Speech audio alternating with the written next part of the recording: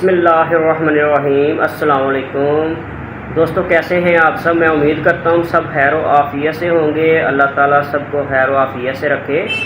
میرا نام ہے ڈاکٹر اعجاز اصغر اور میں سرگودا سے آپ کی خدمت میں حاضر ہوں۔ میں پچھلے 8 سال سے ہومیوپیتھی پریکٹس کر رہا ہوں اور خدمات سر انجام دے رہا ہوں۔ آج میں جس میڈیسن کے بارے میں بات کروں گا اس کا نام ہے سیڈرون۔ بہت اہم میڈیسن ہے۔ آج میں اس کی علامات اور استعمالات کے بارے میں وضاحت کروں گا۔ تو چلیں میڈیسن شروع کرتے ہیں۔ میڈیسن شروع کرنے سے پہلے سب بھائیوں سے ریکویسٹ ہے کہ میرے چینل کو سبسکرائب، لائک اور شیئر ضرور کر دیں۔ تو چلیں میڈیسن شروع کرتے ہیں۔ دوستو، اس میڈیسن کا جو مریض ہوتا ہے اس کو وقت مقررہ پر علامات ظاہر ہوتی ہیں۔ ایسے افراد جو کہ دلدلی علاقوں میں رہتے ہیں، گرم مرطوبہ علاقوں میں رہتے ہیں، اور ان کی آنے والی علامات میں یہ میڈیسن بہت مفید ہے۔ خاص کر جب ان کو ملیریا بخار ظاہر ہوتا ہے تو یہ میڈیسن بہت اچھا کام کرتی ہے۔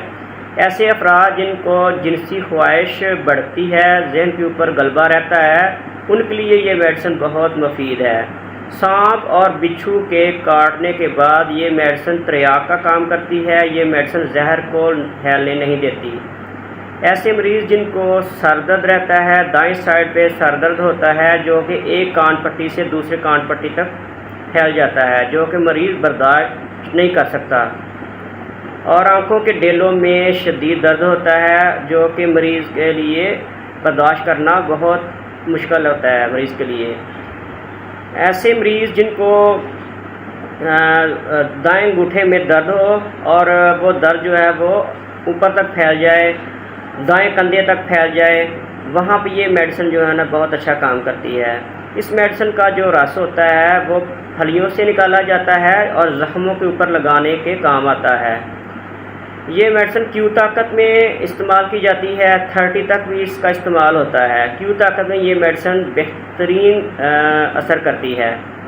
اس کا طریقہ استعمال: آدھے کپ پانی میں 5 سے 7 قطرے 2 سے 4 ہفتے استعمال کریں۔